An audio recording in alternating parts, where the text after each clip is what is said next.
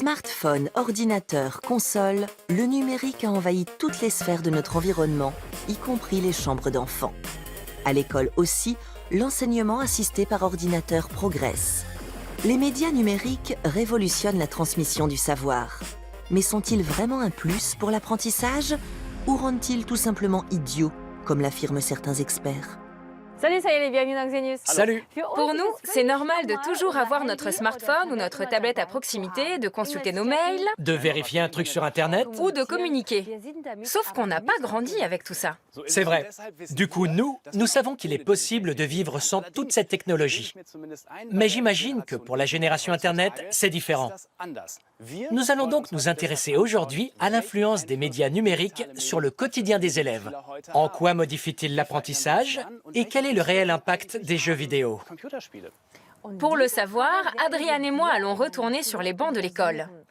C'est un sujet qui suscite une vive polémique.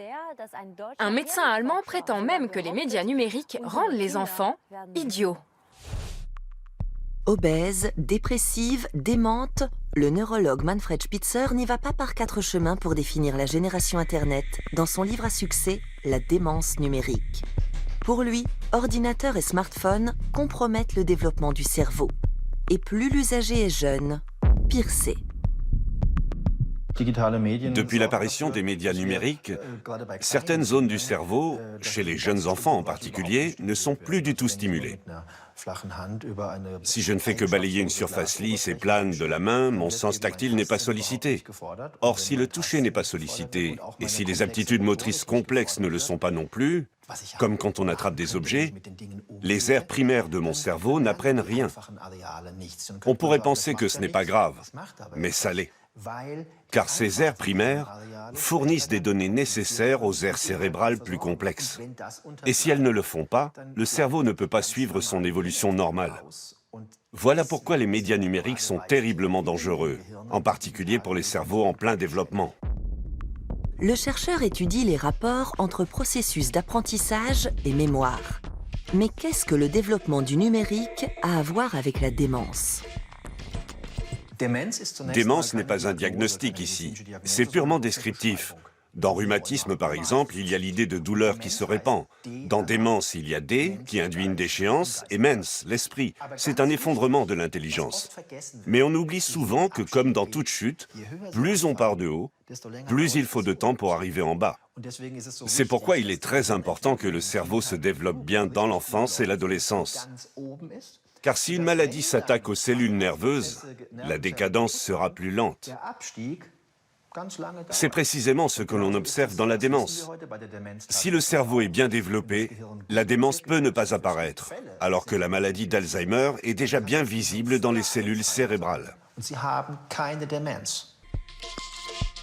Les enfants plongés dans l'univers des tablettes dès le plus jeune âge n'apprennent pas comment les choses se passent dans la réalité. Pour Manfred Spitzer, ces divertissements numériques font d'énormes dégâts.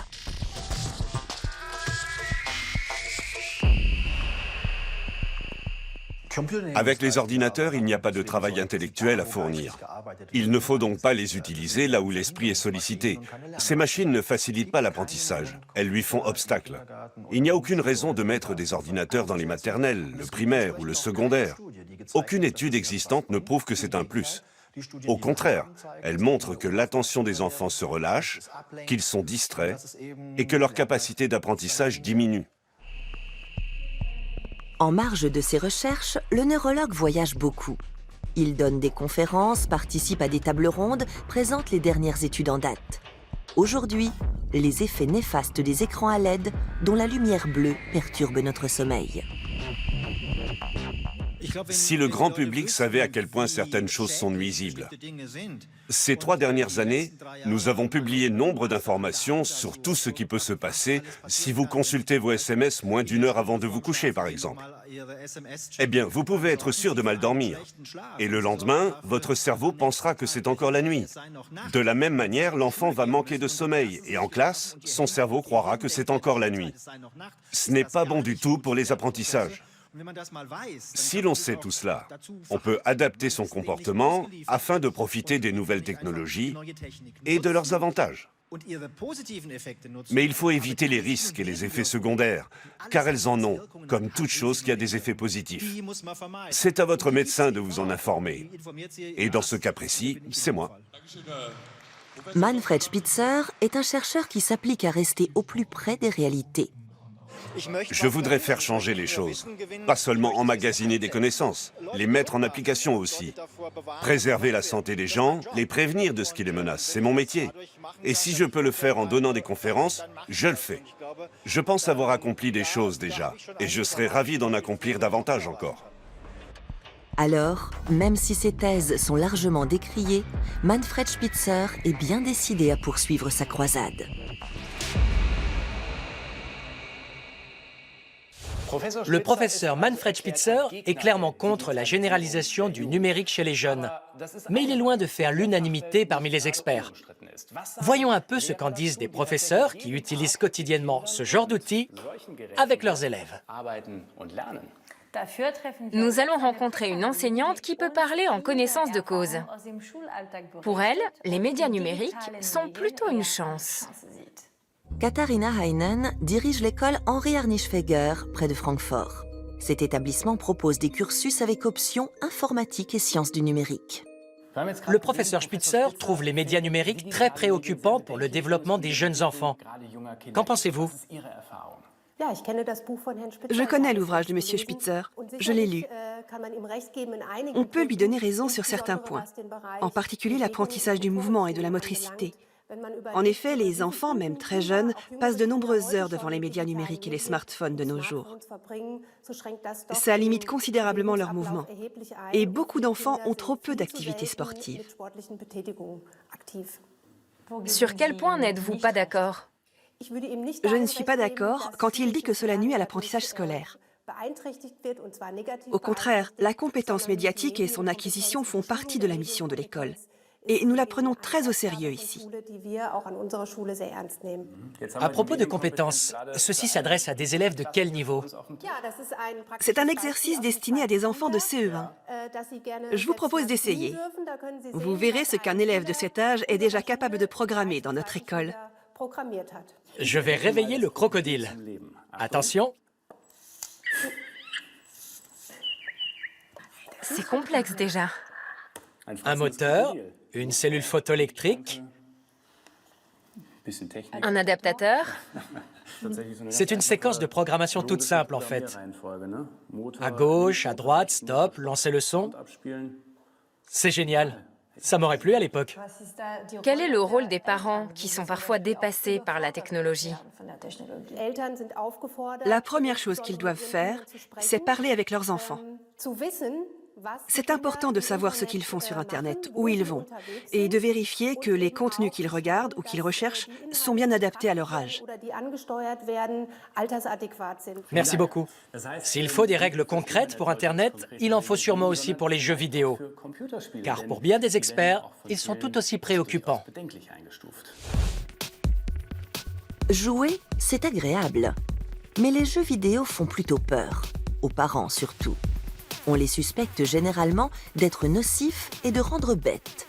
La neurologue Simone Kuhn leur a consacré une étude. Mon idée première était effectivement qu'ils pouvaient être nuisibles et entraîner une atrophie de certaines zones du cerveau si l'on ne pratiquait que ce genre d'activité, en attendant passivement la récompense. La neurologue fait jouer 24 enfants et adolescents sur une console placée à l'intérieur d'un appareil IRM. Une demi-heure par jour chacun, pendant 4 semaines. Le type de jeu vidéo choisi, un jeu de plateforme, requiert une intelligence spatiale et une bonne réactivité. Simone Kuhn relève les traces laissées par ces activités virtuelles dans le cerveau des jeunes joueurs. La région de l'hippocampe, ici, est plus développée chez les joueurs. Cette zone commande en premier lieu la mémoire et la navigation dans l'espace. Là-dessous, c'est le cortex préfrontal. Il joue un rôle majeur pour tout ce qui est prévision, stratégie. Et voici le cervelet, associé à la motricité fine. Autrement dit, le cerveau apprend à bien utiliser cette console et notamment à affiner les mouvements manuels. En clair, les jeux vidéo stimulent la motricité fine au niveau des mains et la croissance des cellules dans certaines régions du cerveau. Un plus pour la mémoire. En testant ces jeux, nous avons découvert des effets d'une ampleur jamais vue. On ne peut pas affirmer au vu des résultats que les jeux vidéo rendent tristes, dépressifs ou plus anxieux. Nous n'avons pas trouvé la preuve non plus que certaines régions cérébrales s'atrophiaient. Si l'on en croit l'étude de Simone Kuhn, c'est clair, les jeux vidéo n'abêtissent pas les enfants.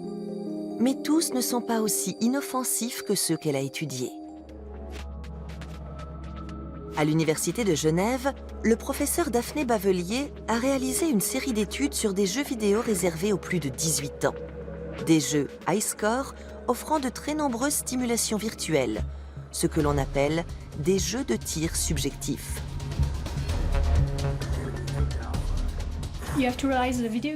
Les jeux dont nous parlons n'ont pas vraiment la réputation d'être bons pour le cerveau. Bien des gens les jugent stupides, voire nocifs. Ils suscitent beaucoup de préjugés. On croit savoir, mais sans en avoir vraiment la preuve scientifique.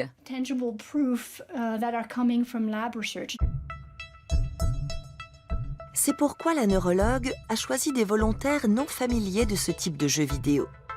Au bout de plusieurs semaines, elle vérifie si leur capacité d'attention a évolué. Les joueurs doivent se concentrer sur les smileys bleus qui apparaissent à l'écran. Quand tous deviennent jaunes, ils doivent se rappeler lesquels étaient bleus. Grâce à des études comparatives, Daphné Bavelier sait que les personnes non entraînées peuvent suivre jusqu'à 4 points. Les joueurs de jeux de tir subjectifs, eux, peuvent se concentrer sur 6 ou 7 à la fois. L'attention est supérieure chez les joueurs de jeux vidéo, mais pourquoi? Sont-ils moins distraits par des informations inutiles? On ne peut pas interroger ces gens sur des choses auxquelles ils n'étaient pas censés accorder d'attention durant l'expérience. En revanche, l'électroencéphalogramme permet d'étudier précisément ce que le cerveau fait des informations sans importance pour la tâche à effectuer. Dans l'expérience suivante, Daphné Bavelier cherche à savoir si les joueurs occultent plus facilement les signaux parasites. Sur l'écran, des lettres et des chiffres défilent à vive allure.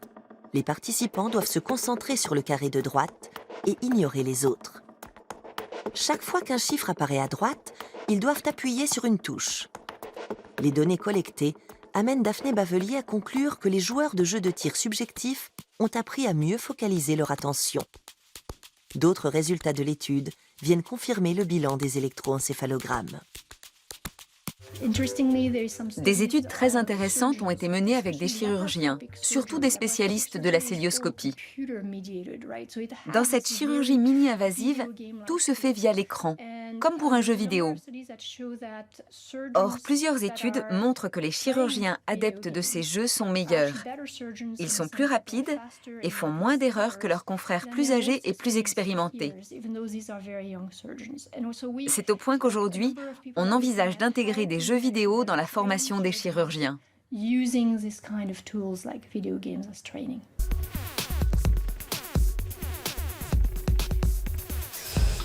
Vous voyez, même avec ces jeux vidéo-là, le cerveau ne régresse pas. À l'école Henri Arnischweger, les jeux vidéo ne sont pas au programme pour autant. Mais depuis 2011, les collégiens peuvent faire tout leur cursus avec l'option informatique. On va aller voir comment les cours se passent. Et pour ça, nous allons nous mêler aux élèves. Lothar Klinkhammer enseigne les maths, la physique et l'informatique de la 6e à la 2e. Et il est spécialiste des médias numériques. Bonjour. Bonjour. Je suis Émilie. Et moi, c'est Adrian. Bonjour. Bonjour. Désolé, on est en retard. Pas de problème. Il reste une place à côté de Félix. Allez vous asseoir. Et moi, je reste à côté du professeur. Quel est le programme aujourd'hui? Alors aujourd'hui, nous allons faire de la géométrie. Il s'agit de construire des triangles. Et on se sert de ça? D'une tablette numérique, oui, car c'est l'option informatique. Les élèves ont d'abord appris à dessiner avec une équerre et un compas. On passe maintenant à la transposition numérique. Cet élève a déjà un problème. J'ai oublié ma tablette à la maison. Sans tablette, ce n'est pas possible. C'est mon jour de chance. Merci. Il y a quelques applis dessus. Je vois, oui. Géographie, biologie, chimie, physique, maths. Félix, tu lui montres? L'exercice est le suivant. Nous avons 3 côtés, A, B et C. Il suffit de relier les 2 extrémités avec le point d'intersection des cercles pour obtenir notre triangle.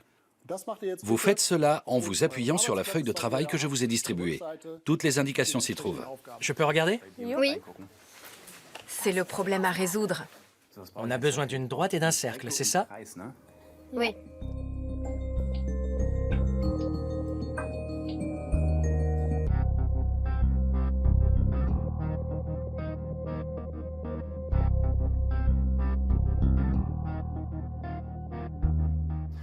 Dit entre nous, comme on a le Wi-Fi sur les tablettes, on pourrait surfer sur Facebook et Instagram, non? On pourrait, oui, mais on n'a pas le droit. Et vous obéissez, bien sûr. C'est ça, enfin, ouais. Bon, il y a un deuxième exercice, je me remets au boulot.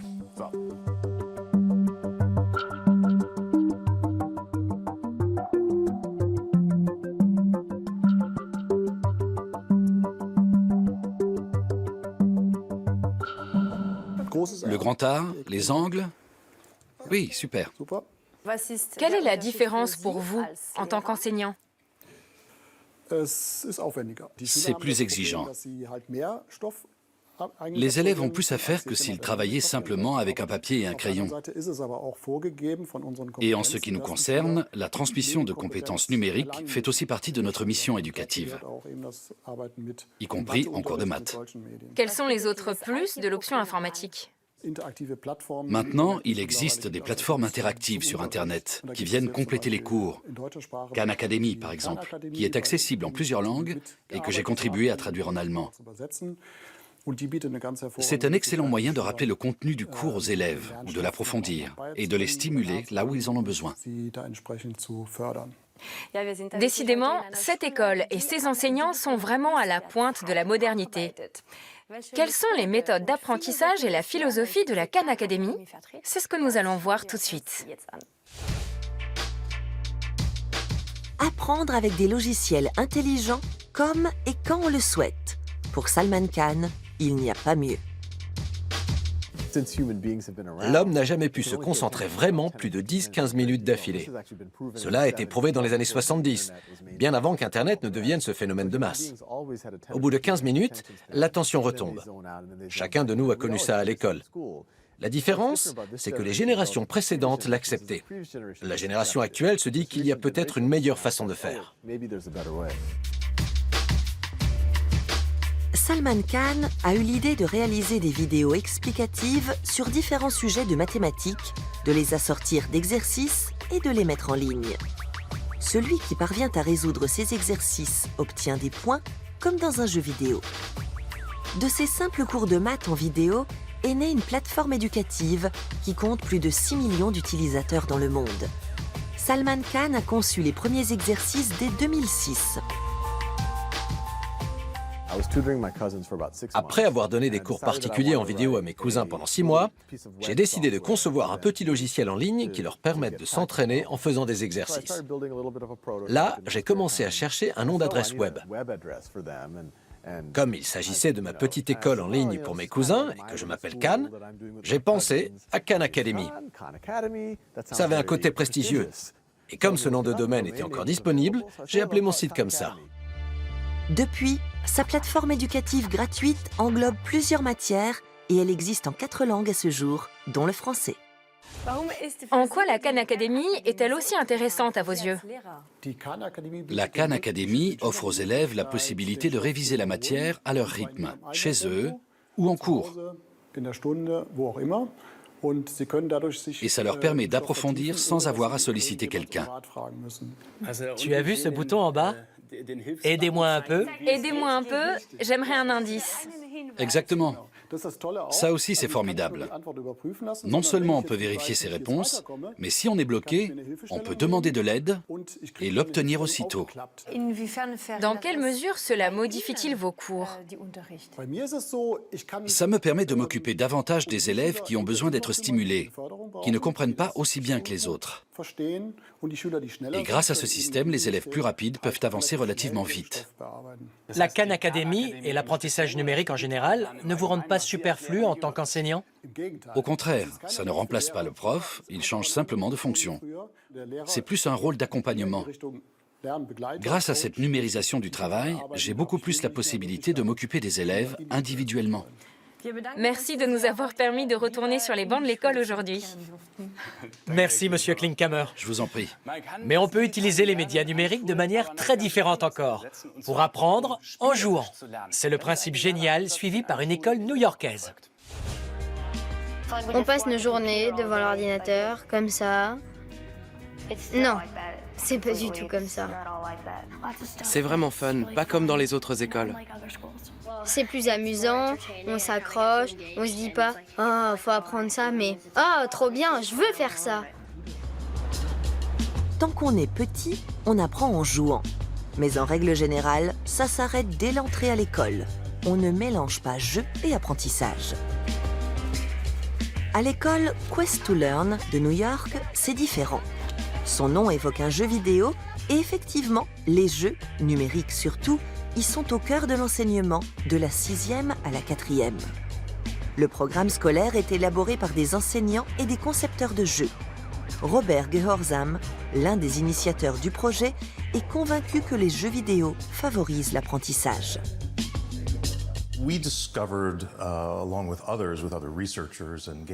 Nous avons découvert que les comportements, la culture qui ont émergé autour des jeux et des médias numériques pouvaient vraiment s'appliquer au type d'enseignement que nous souhaitions voir dans les écoles. Alors nous avons pris les meilleurs éléments. La coopération, la pensée stratégique et systémique, la créativité qui amène les enfants à inventer des jeux. Et nous avons cherché la meilleure manière de transposer tout ça dans l'éducation, dans les écoles. Mais comment transmettre des faits concrets de cette manière? En cours de biologie, par exemple, quand le corps humain est au programme. À l'école Quest to Learn, on explore cette thématique à travers un conte moderne.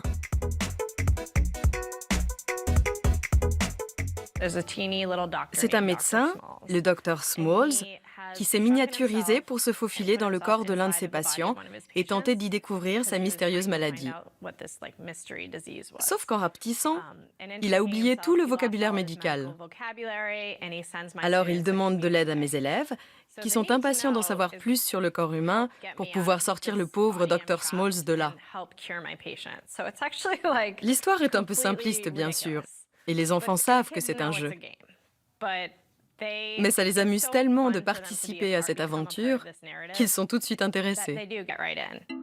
Cela permet aussi de leur apprendre de manière ludique à se servir d'un microscope, par exemple.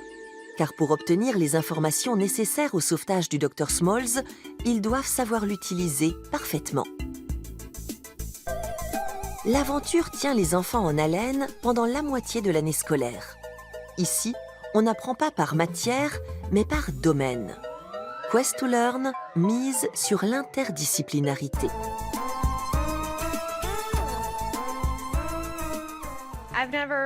Je n'ai jamais travaillé pour une émission de télé, ni écrit au sein d'un pool créatif. Mais ça doit être assez proche de ce que je fais ici. Quand on réfléchit ensemble à la manière de transformer le programme scolaire en jeu, c'est une mission qui demande beaucoup de créativité. Et plus vous êtes ouvert, mieux c'est.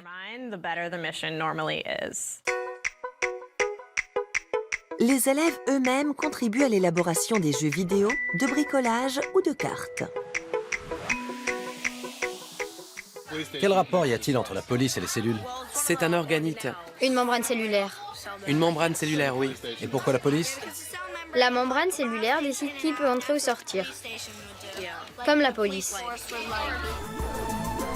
Les détracteurs de cette méthode d'enseignement doutent qu'elle permette de transmettre des contenus et considèrent que les élèves apprennent plutôt la systématique de l'apprentissage. C'est la grande question. Les élèves de Quest to Learn assimilent-ils les mêmes contenus que dans les écoles conventionnelles? Et comment s'en sortent-ils par rapport aux autres? Nous tenions à passer les mêmes examens que les autres, pour démontrer que notre approche fonctionnait dans n'importe quel contexte. Et je suis heureux de vous dire que nos élèves réussissent très bien à tous les examens standards. Les élèves sont même au-dessus de la moyenne des autres écoles. Si cette méthode éducative est toujours controversée, les résultats sont éloquents. De toute évidence, les médias numériques ont de l'avenir pour aider à l'apprentissage. Et plus tôt les enfants apprennent à les utiliser intelligemment, mieux c'est. Finalement, tout repose aujourd'hui encore sur ceux qui leur transmettent le savoir et les accompagnent tout au long de leur scolarité. Je veux bien sûr parler des enseignants, dont le rôle reste indispensable. On vous dit à bientôt, restez curieux. À la prochaine. Ah oui, et l'école est finie.